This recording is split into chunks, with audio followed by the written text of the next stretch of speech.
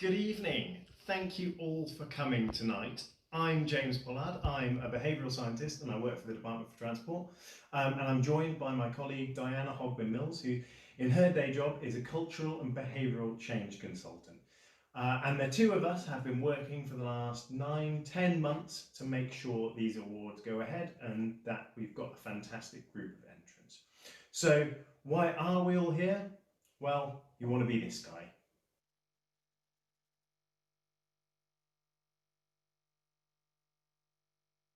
So welcome to the 2020 Association for Business Psychology Workforce Experience Awards. We've all had a challenging year, and I think our industry in particular has been called on to face down some really awkward challenges. So tonight is an opportunity for us to celebrate the great work that you have all been doing.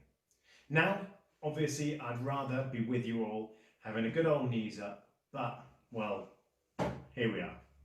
I'm going to crack this open, and I hope you all join me in having a drink, kicking back, and having some fun tonight. Now, while I neck this, over to Diana.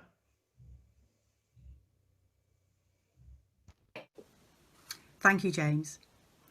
So we're having to do things a little bit differently this year, but one thing that had stayed the same is the support of our sponsors. And we'd just like to take a moment to thank our gold and silver sponsors for all the support they've given us through this year's conference. Many thanks.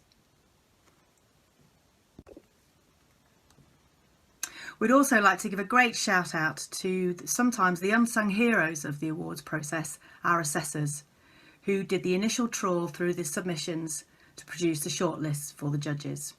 Many thanks to all our assessors. We're not done with the thank yous just yet.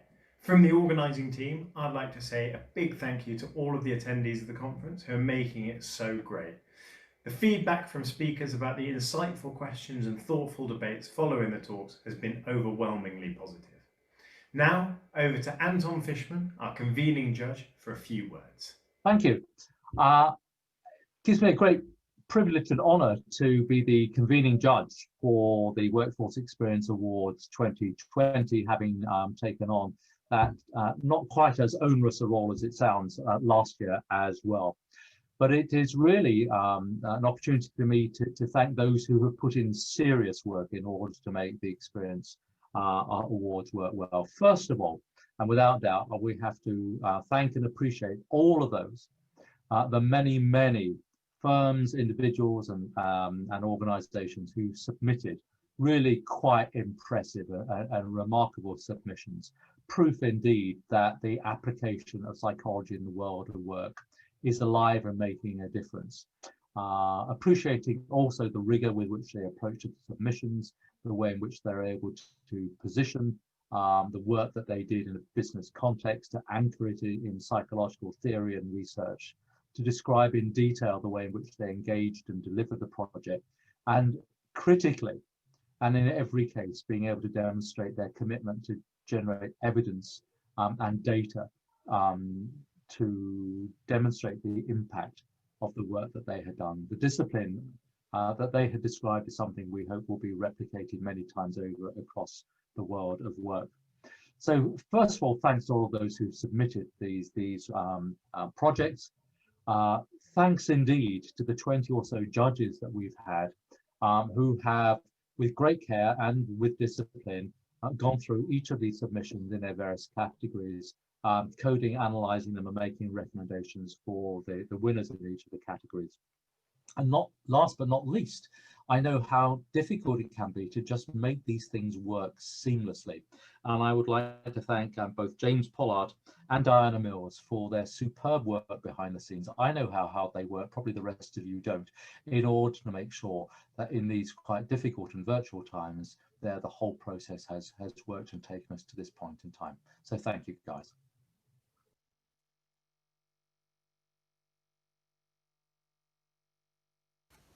That concludes our formal thanks, but before we get to the main event, we're going to hear a few words from our chair, Ben Williams. Thank you, Ben. Hi, everyone. Hello.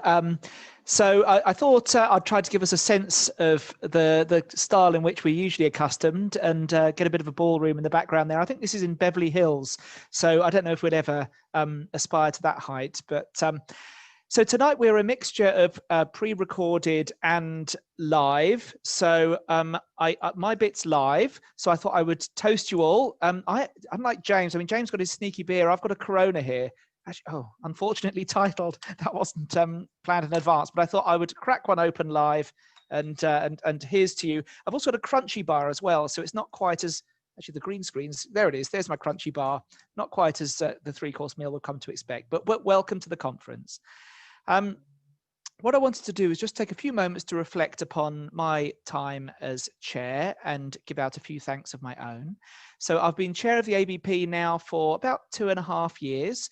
The fateful day when Steve and Lucy approached me and talked about whether I could be interested and what my vision would be, and I inherited the mantle, the ABP gavel, which I don't know if you can see that. There we go. To bring the ABP board meeting to order, this has been a key tool. So thank you for that, Steve, and I'll be passing it on to the next chair when I hand over. So 2.5 years as chair, 2 years before that on the board. And I guess if I reflect back on the things that I'm most proud of during my time as the chair, and note I'm not taking the credit personally for this, I'm just saying these are the things that occurred while I was chair. I guess the first thing would be systemization. So I think the appointment of CJAM as our professional services provider, being able to sort out the operational side of how we operate as an association, has been a godsend. I think we've introduced systemization into how our board operates. So the way in which, even down to how we have agendas and how we facilitate contribution from our, at one point, 14 members of the board in a way that gives everyone a chance to speak, but also around setting quarterly objectives. I think the appointment of a new head of operations and projects, Maria Gardner, has enabled us to be so much more effective at getting things done. And this was our first paid for position as an association. So that's been something I've been really pleased with. So systemization. The second thing is around transparency and communications. So those of you that are connected to me on LinkedIn might have seen my updates. So when I'm traveling home, munching on a pizza, and I'll be putting down some thoughts about what we discussed at the board meetings, learnings from the event. Also, we've had members along to board meetings to sit in, to listen to what we're up to, and to help them get direct answers from board members about how they can best help us. Typically, these are volunteers. The newsletter. So getting out there what we're doing, what jobs are available, what training courses we're running, what events we're putting on, it's all there. And also the chair application process, if we bring us right up to the present day. So being someone who specializes in selection myself, it was very important for me that we had a very clear job description, a very rigorous assessment process. Can't reveal anything yet as to who the next chair will be, but I expect great things of the person / people that are in scope. Virtualization is the third thing that I'm proud of. I guess not just this conference, which I'm consistently blown away with how well it's being run and how well it's going down, but also things like the virtual tea sessions that we put on spontaneously in immediate response to remote working, so people had a way to connect. The fourth, and don't worry, I'm not going up to 10, I'm going up to 5. But the fourth is that we've become a really broad church, from devoting an entire conference to behavioral science, which is outside of our typical day job for many of us. I think that's a really brave step, and it's attracted more people underneath our banner, which I've been really pleased by. And I guess the final thing is something that our previous chair, Steve Apps, was responsible for, but introducing the business psychologist certification process, so professionalizing the practice of a business psychologist as an alternative route to those who may be considering getting chartered. So with an extra onus on consulting skills, commerciality, and I guess practical operational skills as a business psychologist, as well as all the core areas of expertise you'd expect. I was also asked to reflect upon what I think the future of the ABP is. Now, obviously, that is down to the new chair to decide. But in my view, we've got the belts and braces in place now. So we've got the platform in place now of a fairly systemized operation. I think that we could be far more planful in fulfilling the voice part of the ABP's vision to be the home and voice of business psychology. So up till now, I would say that we've been responding to that in a fairly ad hoc fashion as requests come in. Then we will go out to the media and we will talk about it. And for the conference last year, we would invite the press along. But I think there's lots of opportunities for us to get out there and be talking about what we do. And I think this is something that we will be investing in relation to dedicated marketing resource to get that voice out there, which in turn will hopefully lead to opportunities for all of our members to get their profiles raised as well. What have I got from the experience of being a chair? So I guess there's been a few things. I guess I've really enjoyed broadening my horizons about all that's happening in our profession outside my niche. I think we can tend to specialize as we get further on in our career, but and mine is assessment. So learning about the L&D space, learning about the wellbeing space has been fascinating. I've learned a lot myself about leading a volunteer body, influencing without authority, and getting things accomplished with a group of people who are highly intelligent, highly motivated, and also highly busy as well. And I guess the last and probably most important to me personally thing is I think I've made some really great friends on the board. So thank you to those who are both on the board now with me and those who were previously on the board. So Lucy Standing, Joe Floyd, Guy Cohen, Uzma Wasim, Uzma Afridi, Steve Apps, Stuart Desson, Nikki Thompson, Alex Forsyth, Gonzalo Lopez and Michelle Minikin, and also all of our past members as well. Thank you very much. It's been a pleasure to work with you. Also, thank you to Maria for all of your support. That's been absolutely invaluable to me. And thank you, Steve and Lucy, for placing your faith in me in the first place and appointing me to the position. I would like to add my thanks to the conference team.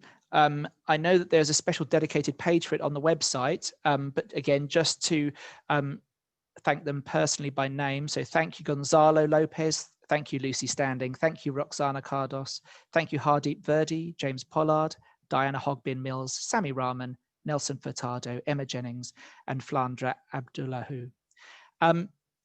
If any of these people work for a consultancy firm, I would strongly encourage you open a discussion with their firm, get in touch with them directly. If they're starting their journey as a psychologist, employ them. If they're in-house, promote them. I think these are people who are proactively giving up a huge amount of time to help our profession just purely for the love of it. And you can't really beat that kind of proactivity when it comes to getting great people working for you or with you. I'd also like to thank CJAM. So thank you, Jason Sims, Rich Barrett, and Jade Valentine. Without you, again, the logistics of this event would not have been possible. Okay, that's all for me for the moment. I did mention that I've got a little bit of a heads up about what's coming next. So I think as a bit of levity, as I pass over to James, I will just say, James, have you had a haircut recently? It's looking really fantastic, really quite dashing.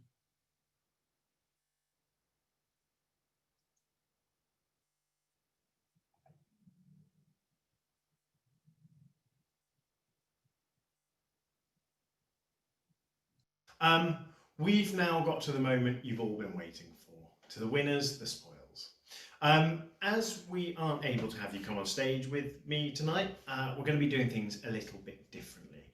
What we'll be doing is we will announce the award category and the shortlisted finalists, and then we'll play the video of the winning entry. So you've all worked really hard on submitting videos telling us about your award, and tonight will be a final chance for everyone to see what your award was all about and what your entry was. During the video, if someone from the winning entry can please raise their hand, like we're back at school, but virtually, and we'll come to you and you can give a thank you speech if you like. You don't have to. And then we'll move on to the next category. So without further ado, over to Diana for the first award. Let the awards begin. Our first category is Excellence in Applying Innovative Technology to Business Psychology. We had 3 shortlist submissions, and they are Pyometrics, Savills Assessment, and Aon with Schroders. Well done to everyone who entered, and congratulations to the winner. They are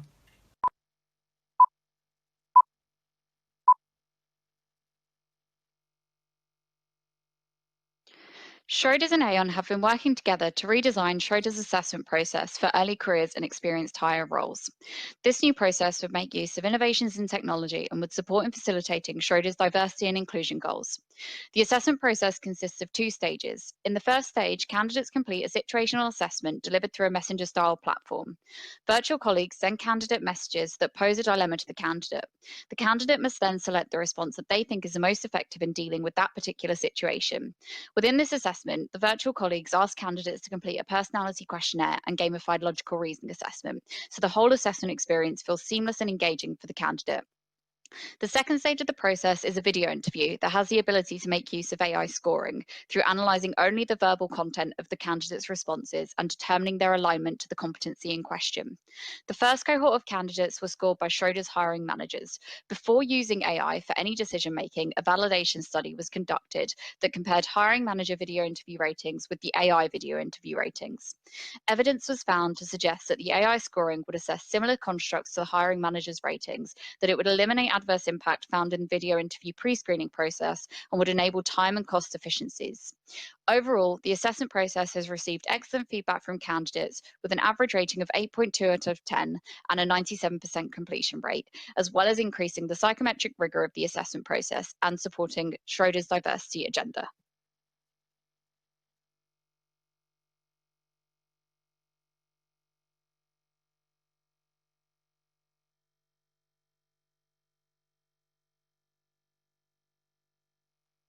Hi everyone, I'm Renu from Talent Grader. I'm delighted to sponsor the ABP Work Experience Award for Excellence in Assessment, and the nominees for assessment are Saville Assessment, TMP Worldwide, NatWest Group, Aon, and PeopleWise.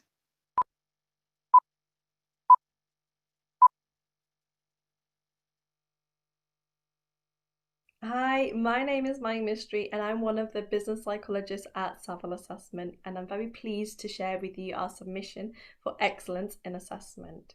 So we partnered with a global insurance company to help them transform the way that they recruit sales representatives. And this was such a great project to be involved in, all the way from the initial conversations with the client, the planning, design, implementations, and seeing the fantastic results that we did.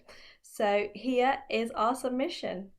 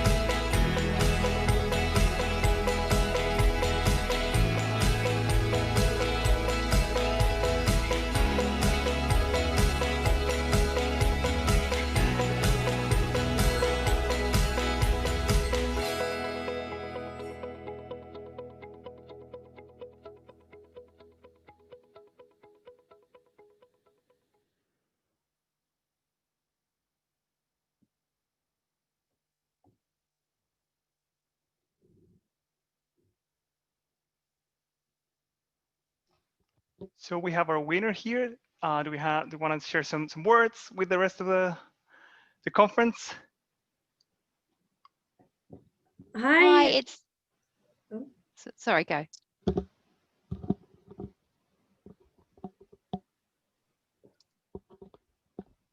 Hi, Maya, are you there? Hi, I'm there. Sorry, I was thought someone else was speaking. So No worries, go ahead.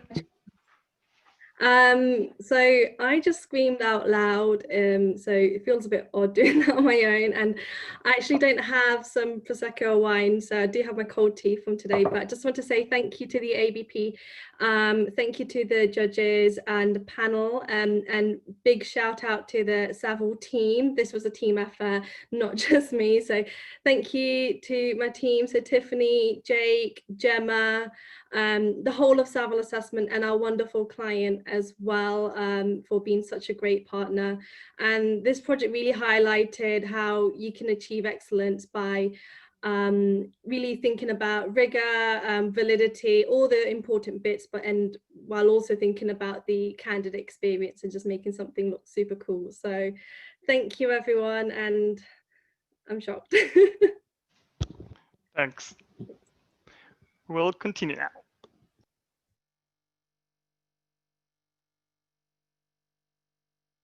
And the award for excellence in change management nominees are the National Association for Areas of Outstanding Natural Beauty, PeopleWise, Impact People and Change, and Wild Organisations. And the winner is...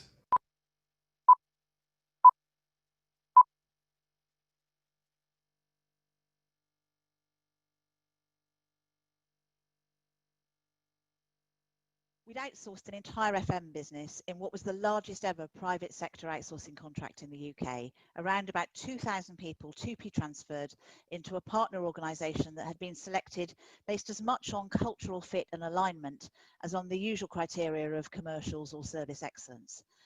But we had a very short mobilisation timeframe for an outsourcing at this scale, just 12 weeks. So there'd been very little focus on integrating people into their new organisation. We knew that we had to address the issues, but that we would need expert support to guide, challenge and referee us. And PeopleWise was the name that was consistently mentioned as the organisation to help us. That here were two organisations that had been brought together, but little else had been done. And with that, a missing ingredient again, identity. This organisation that was meant to be one was really still two, because there was no common glue.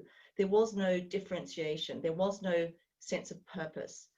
And so, drawing on social identity theory, we fashioned a solution. Using a series of facilitated workshops that had at the core to achieve one thing: to build an identity for this organisation, an identity that would give it a sense of purpose, a sense of goal-directed behaviours, a sense of roles, and a sense of critical behaviours. At the start of our first day, Belinda asked who felt less confident now than at the start of the contract.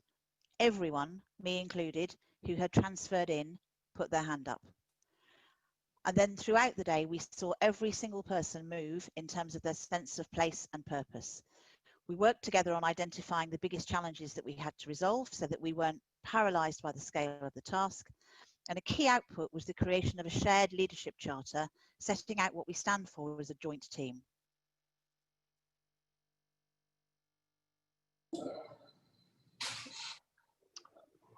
Congratulations, Belinda. Are you there? Do you want to unmute yourself and turn your camera on?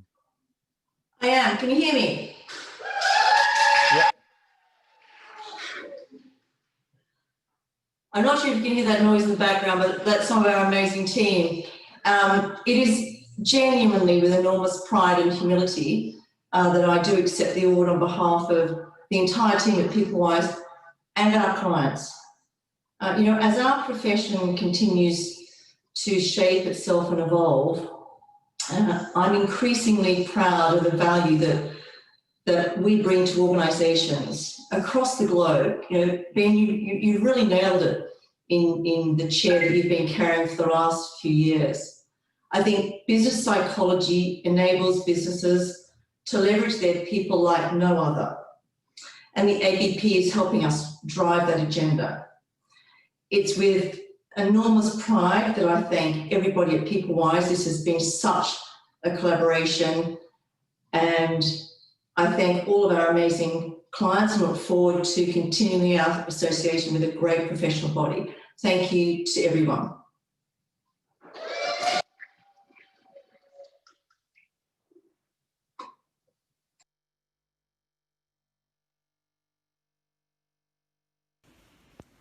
The next category is Excellence in Diversity and Inclusion, and there were 2 shortlisted submissions, and they are the Civil Service, Fast Stream and Early Talent, and TPMP Worldwide. Well done to those shortlisted, and congratulations to the winner, and they are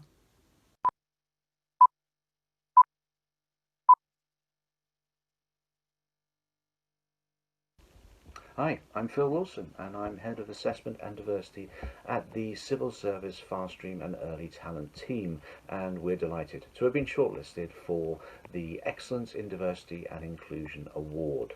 The specific title and theme of our award was Enhancing Life Chances and Developing a Strategy for Social Mobility. Civil Service Fast Stream and Early Talent oversee a number of high-profile programs relating to schools and apprenticeships and internships and graduate roles. And we stand currently at number 1 in the Times Top 100 Graduate Employer listing. A key priority for the programs is social mobility, seeking to shift the horizons for those from less privileged circumstances. And we commissioned some groundbreaking research on barriers to social mobility to help us. And from this, our social mobility strategy was entirely revamped. We sought to build a social mobility pipeline by attracting, recruiting and progressing those who are diverse and talented.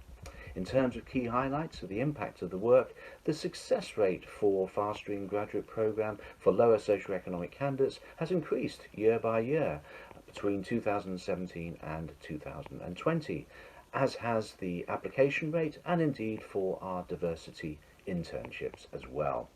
Notable also was that we delivered a 40% conversion between interns and the graduate programme, which we were absolutely delighted with. We are recognised in the UK Social Mobility Index and were also shortlisted this year for the UK Social Mobility Awards and for the Target Jobs Social Mobility Awards. And finally, the testimony from the social mobility charity, Bridge Group, have said it is hard to find a better example amongst employers than the progress made by Fast Stream.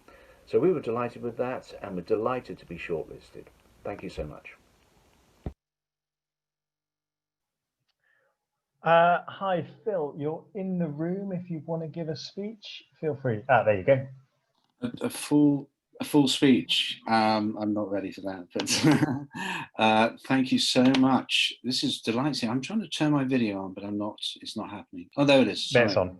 Lovely. Thank you so much. It's a real privilege and honor to get this. This is delightful. I wasn't expecting us.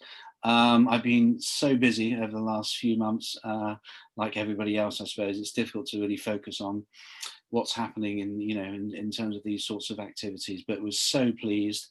I think most of all, it's about, the young people that we engage with in terms of the very difficult times for graduates, for apprentices and everybody else.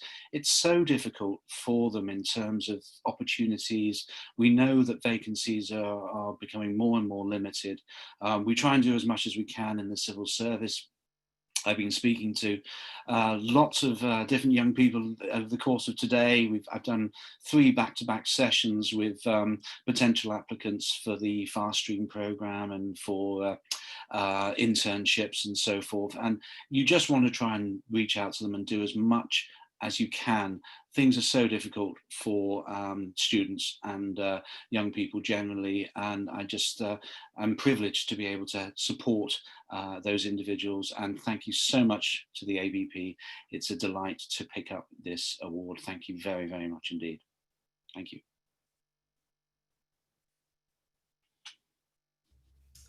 The award for excellence in engagement and employee experience nominees are Pepper UK Limited, Appreciating Change, and the Arup and Heathrow Team Baggage.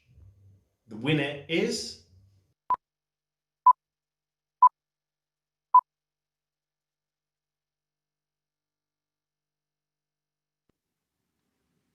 Arup worked alongside Heathrow's baggage operations team to improve safety engagement among baggage handlers working for the numerous companies comprising the Heathrow baggage community. Our challenge was connecting the baggage community to identify issues and solutions, action these, and communicate progress to make baggage operations safer. To meet this challenge, we adopted a collaborative approach with the community, engaging with handlers to design an intervention that supported them and put them at the heart of safety. We spoke with handlers to design a feedback loop that allows them to communicate the things that keep them up at night, so that the community can address these and provide updates to handlers in a way that builds trust.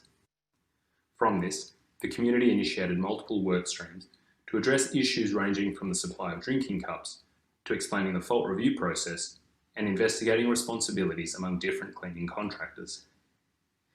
These work streams see different organisations and teams within Heathrow collaborating, and in the words of our client, this is the first time we felt like a proper community.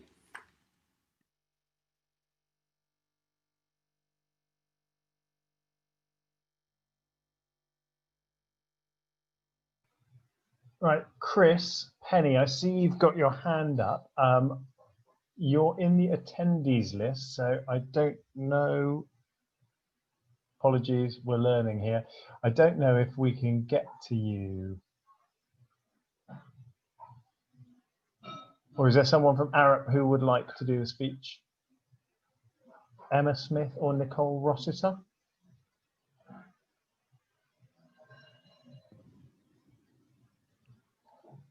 Hi, I'm happy to do the speech, but I wasn't involved in the project. So but I'm happy to accept the award on behalf of Arup. Go ahead. Chris Penny said he's honoured to accept the award. A shame he's in the wrong leg, but that's all right. Thank you very much.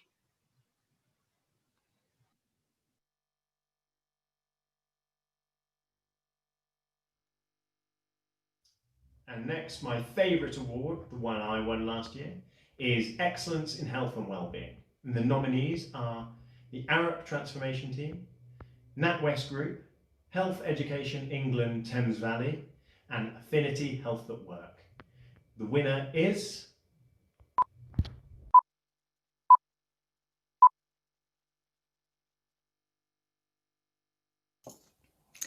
Hi everyone, this is a NatWest Group submission around how we use behavioural science to support colleagues' health and wellbeing during the COVID-19 pandemic. So we knew from the work that we'd been doing around our capability strategy that the future of work would drastically change, and the pandemic has further disrupted and changed the world we live in forever. So our immediate response was to think about how we could apply behavioural science to help us understand concerns around health and wellbeing, to help colleagues survive, recover and ultimately thrive during these challenging times. And this was also integral to our purpose to champion the potential of our people, businesses and communities. A pan-functions group was quickly set up, linking communications team with HR specialists such as behavioural science and occupational psychologists to develop and launch a wellbeing COVID-19 digital hub to house resources for colleagues. And we used an evidence-based approach to do this and to understand what was really needed through an extensive review of external literature, research circulars, and also referring to a combination of behavioural frameworks such as the behavioural change model and the EAST framework to help us. And applying a behavioural science lens meant it was important to consider potential theories and biases that could impact the effectiveness of the hub and the support material. And we pay particular attention to the myopic bias, diffusion of innovation theory, optimum bias, our cognitive load, and external insights from the likes of BPS. And the result of this was some easy to read quick guides on effective remote working, running great virtual meetings, managing childcare whilst working remotely, and also the creation of a self-compassion e-learning module and webinar. And what was really great is that we've also been able to share these guides with customers. In early May, we conducted an employee listening survey, and 36,000 colleagues completed this, with on average 90% confirming that we were doing a good job in response to the pandemic, with managers being considerate around work-life balance, and that colleagues were feeling connected across their team. We also knew from qualitative and quantitative feedback that the support material that had been developed was adding value and having a positive impact, and actually was the most downloaded collateral from the hub. Since the submission, we've continued to develop material For example, your behaviours, why they're more important than ever, which incorporates reflective questions on behaviours demonstrated during lockdown. Right, would Mandy, Anna or Hannah like to go? There we go. Hi, it's Mandy. I don't know if everyone can see me. Yes. So just to say thank you very much for the award, and it was very much sort of a pan bank piece of work as well, and just, you know, in the awful times that people have been going through, that actually we were able to support our colleagues in the way that we have done. So thank you very much, and well done team, well done NatWest. Thank you. Thanks, Mandy. And now we move on to excellence in using psychology for social impact. And there were 3 submissions: Amberjack, PSI and the Work Psychology Group. Well done to everyone that was shortlisted, and congratulations to the winner. And they are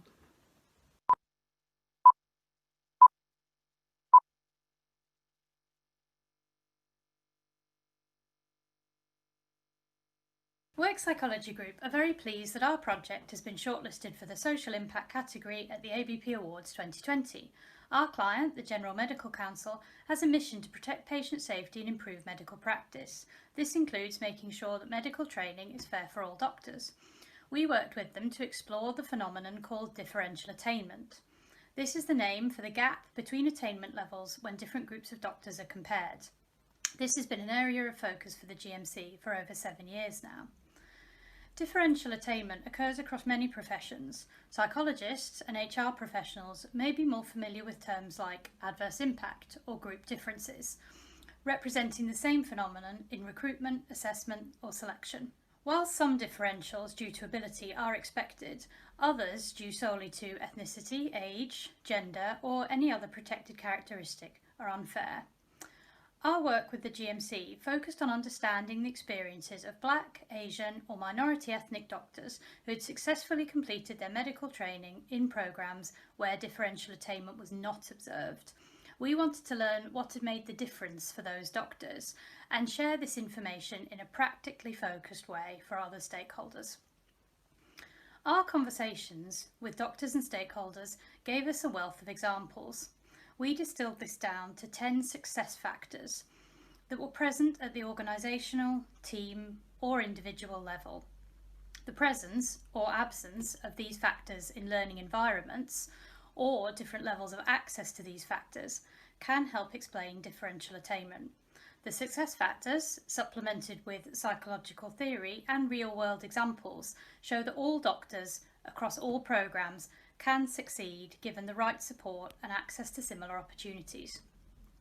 We've already seen examples of the success factors being used to guide intervention design or access to support in training for doctors.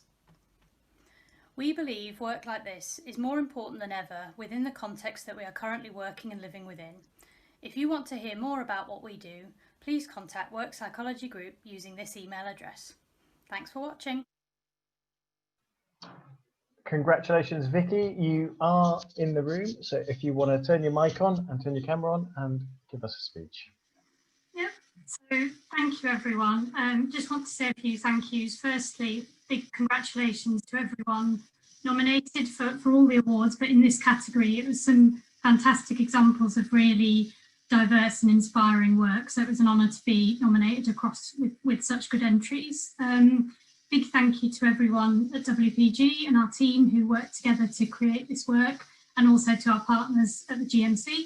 But I think the biggest thank you goes to the doctors who shared their experiences with us. It's a really difficult thing to talk about, but they were very keen and invested in making training fairer for all in the future, and that's why we were able to create something that hopefully is going to have real impact in the future. So yeah, thank you to you all and have a good awards evening. And now we come to our last Workforce Experience Awards, Excellence in Learning and Development. And there were 4 submissions: Arup, Liverpool John Moores, Lumina Learning and Savile Assessments. Well done to everyone that was shortlisted, and congratulations to the winner. And they are...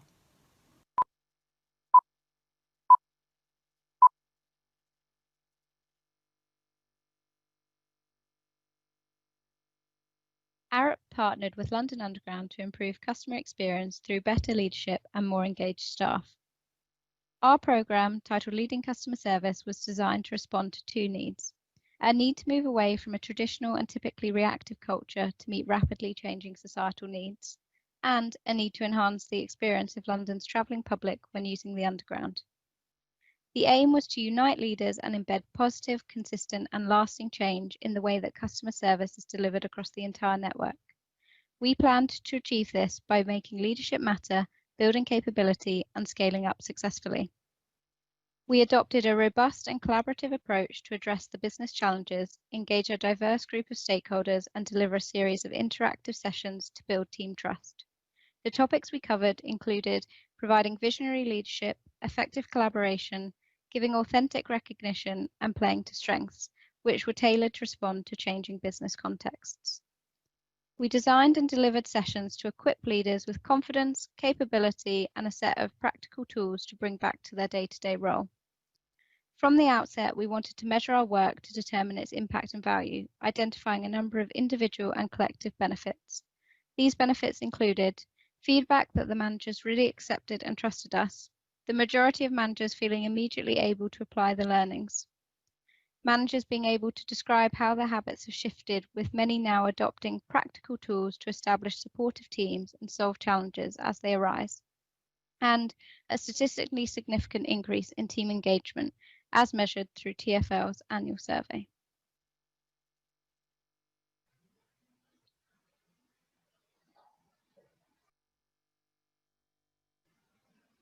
Nicole, you ready? Sorry, I muted myself. Hi, yes. So Jess Fraser and Catherine DeCourt are also on the other invite. So they've just sent me some notes so I can accept this one on their behalf. So Jess and Catherine are on the line. I'm very grateful to accept this award. We must thank our delivery partner, Ben Renshaw, and the broader ARUP team, and of course our amazing client, London Underground, who have made this possible, and finally ABP for the opportunity to win this award. Thank you.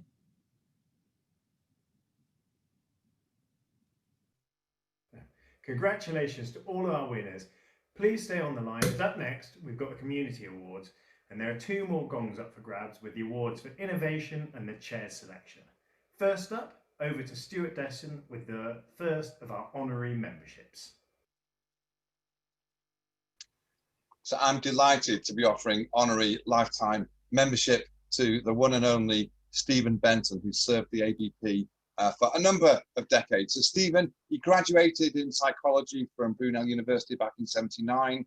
He went on to do a PhD in psychophysics, moved to UCL for a postdoc, and then eventually joined the University of Westminster back in 1988, lecturing then in life sciences and biological sciences, before eventually moving into psychology in 1992.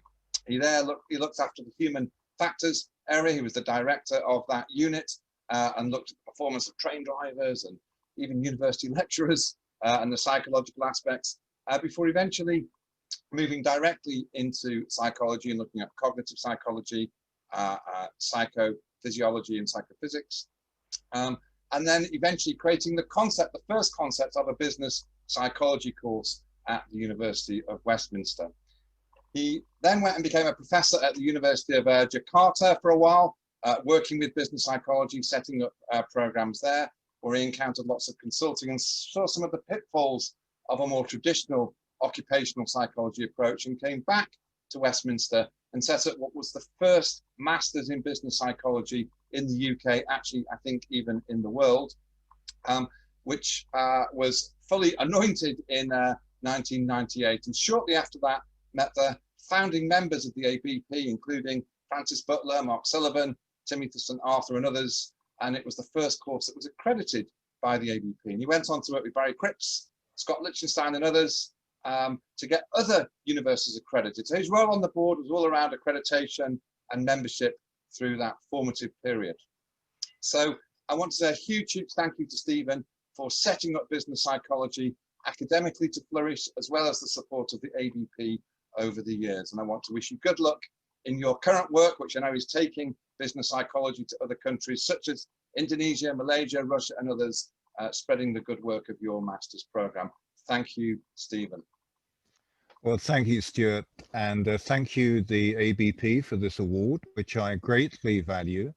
And I look forward to offering contributions as and when meet your needs going forward. So good luck for the future, and I hope to be a part of that process. Thank you, Stephen. I'm going to pass back now to Lucy Standing, our Vice Chair, who is now going to tell us about a second honorary member. Thank you. Second honorary member award goes to Clodagh O'Reilly. Clodagh was a board member at the ABP between 2009 and 2014, if we've got our dates right, the last 2 years of which she was chair. On Clodagh's watch, the name of the ABP was changed from the Association of Business Psychologists to the Association for Business Psychology to make it a more inclusive organization that tries to draw in people who have any interest in psychology in business.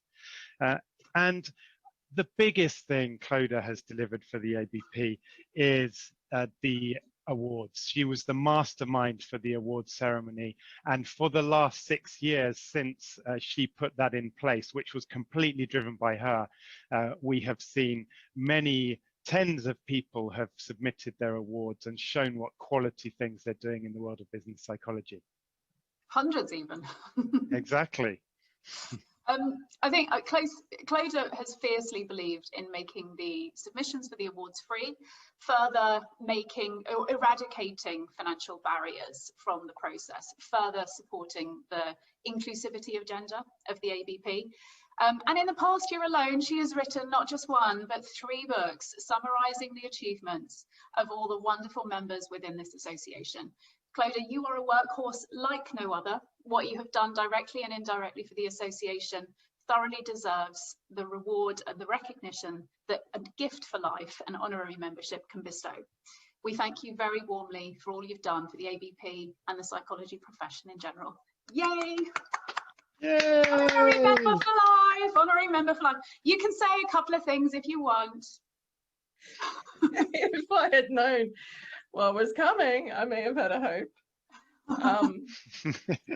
Imagine there's 200 people in a room and lots of champagne and everyone's clapping. It's not quite the same, but thanks, COVID. Oh, you know, just as I was going to get a new job recently, one of my interviewers actually asked the question that when I left the chair, and I'm not sure how he unearthed an article about this, but apparently he did, and it had said, or I had said in the article, the journey's just begun. You know, there's a long way to go. And he said, were you referring to the association? Were you referring to the industry? And I think possibly partly I was referring to myself, but absolutely the association and the industry. And it is what it is because so many people believe in it. And it's been a huge honor to have a role in that. And I'm humbled because I'm looking at 2 people who've worked probably harder than me to get it where it is. So thank you. Well, you're very welcome, and you'll be getting a nice big clunky glass award winging its way to you very soon.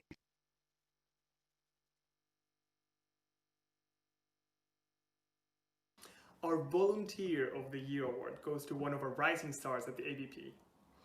They have been with us for a couple of years and progressively taking more and more responsibility and getting more involved within the ABP. This volunteer was even part of the first, and hopefully many more, accredited business psychologists. This year, their contribution has been so essential for our team, showing tremendous ownership and acting as a great role model for those who have worked with her. So we can't be grateful enough, but I hope that this is the first step in saying thank you. So the winner of the Volunteer of the Year award is our own Emma Jennings. Congratulations, Emma.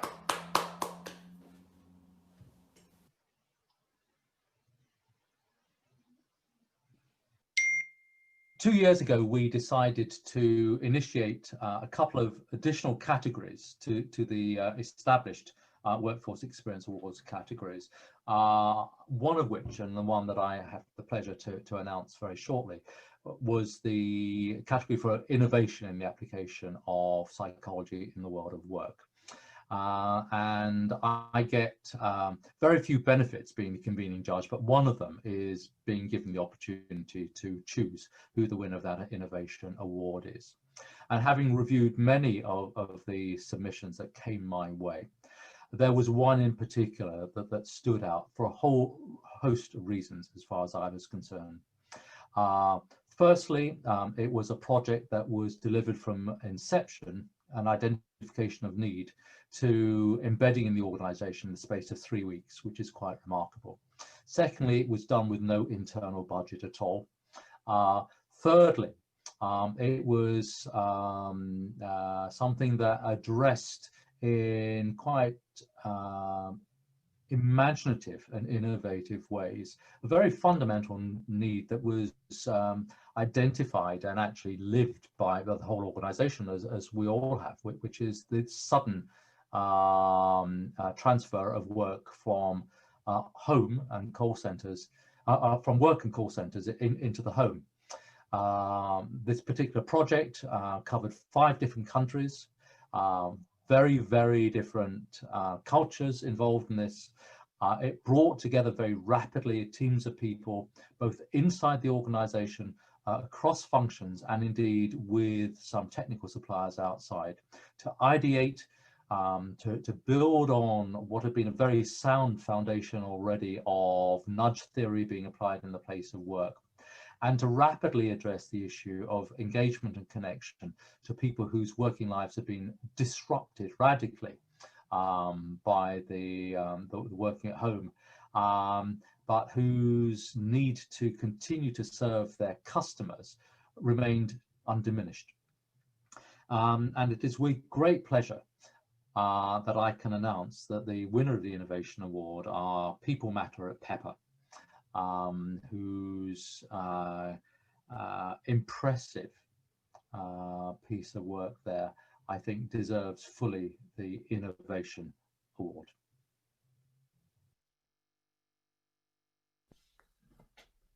Hello, I'm Claire Lish, and I'm delighted to talk to you about our PES People Matter programme, which we rolled out across Pepper European Servicing this year.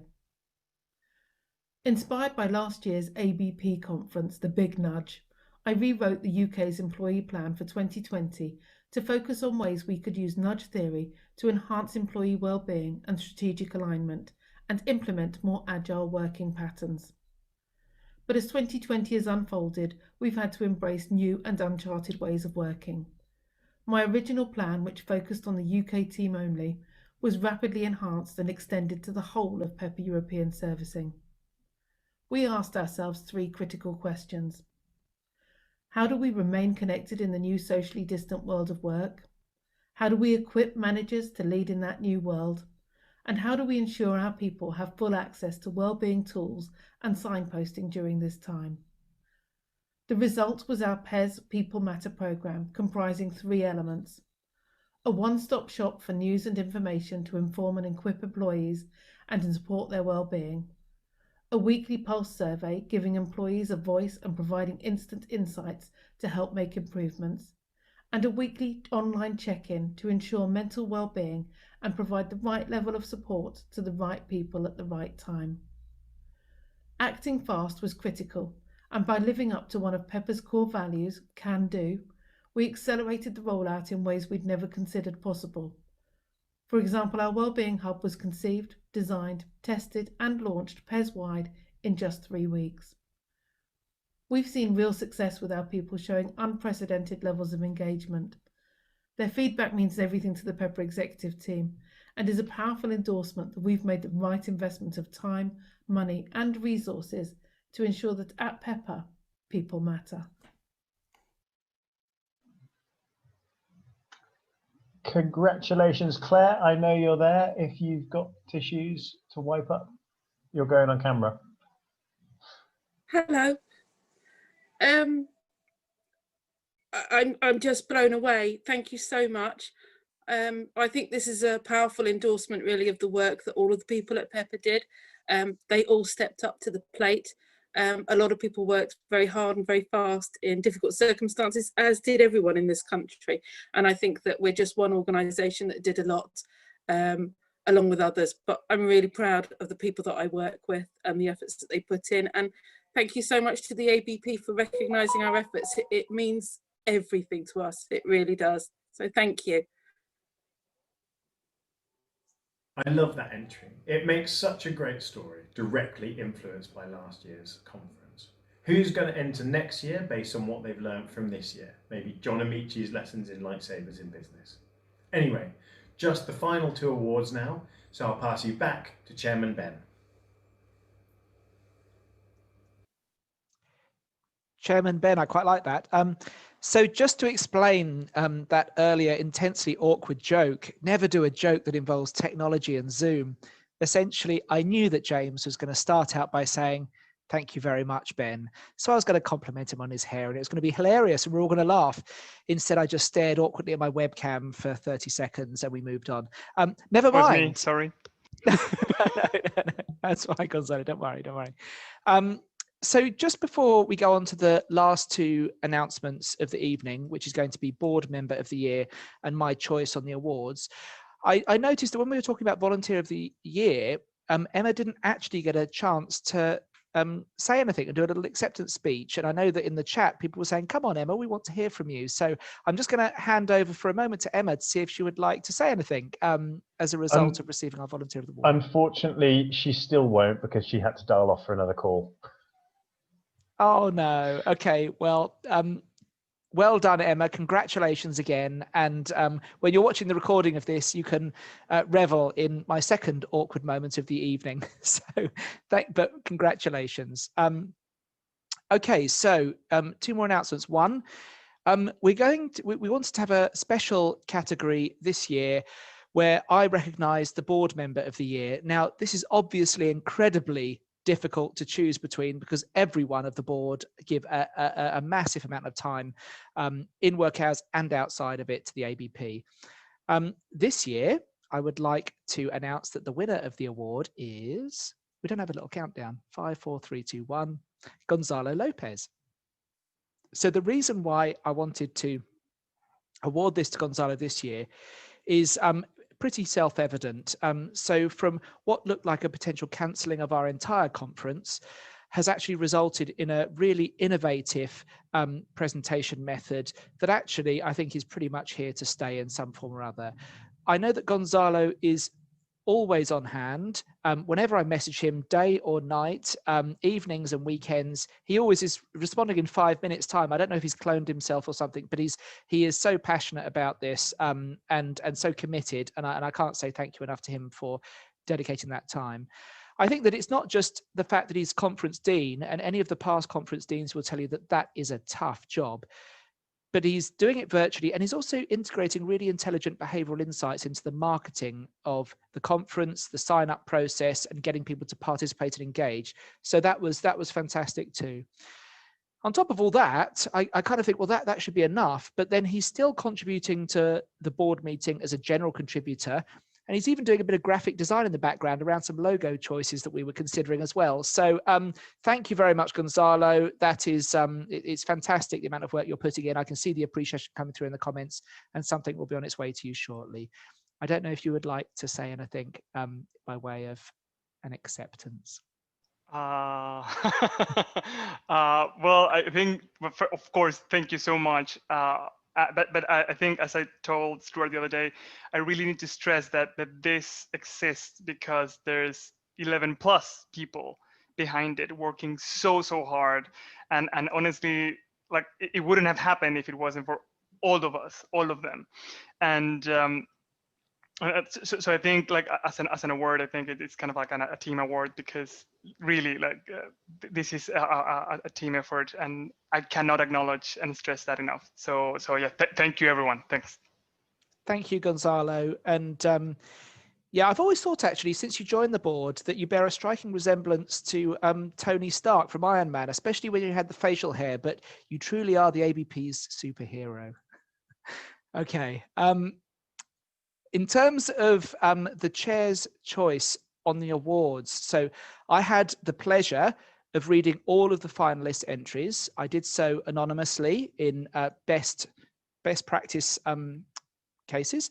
And I was so impressed. It was like a fantastic way to spend an afternoon reading through all of the work that our industry is doing. And again, it goes back to the point that I said earlier about the benefits that I get from being a chair. I get to stay really up to date with what's happening in our profession. So well done, everyone.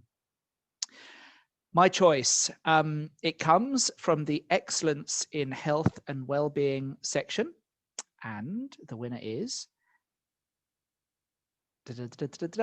It's Mandy Flanagan, Anna Kochvara and Hannah McCoy-Mason from NatWest Group on using behavioural science to support colleagues' health and well-being during the COVID-19 pandemic.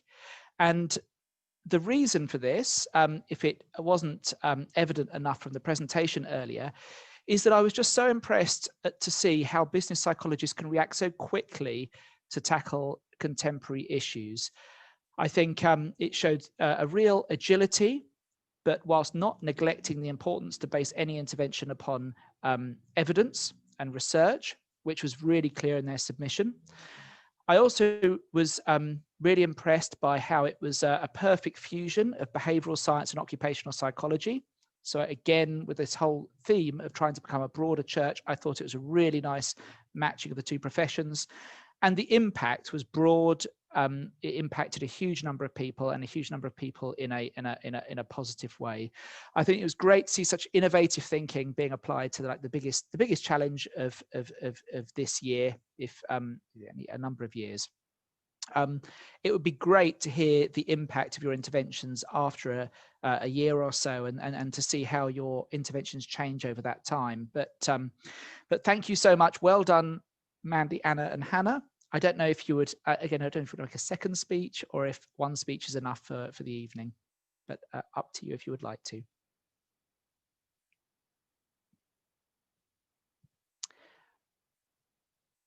Mandy, hi, you're there. Hi. I don't know if the other girls are in the same room, but oh, sorry, that's awful. I've got the picture of two lips behind me.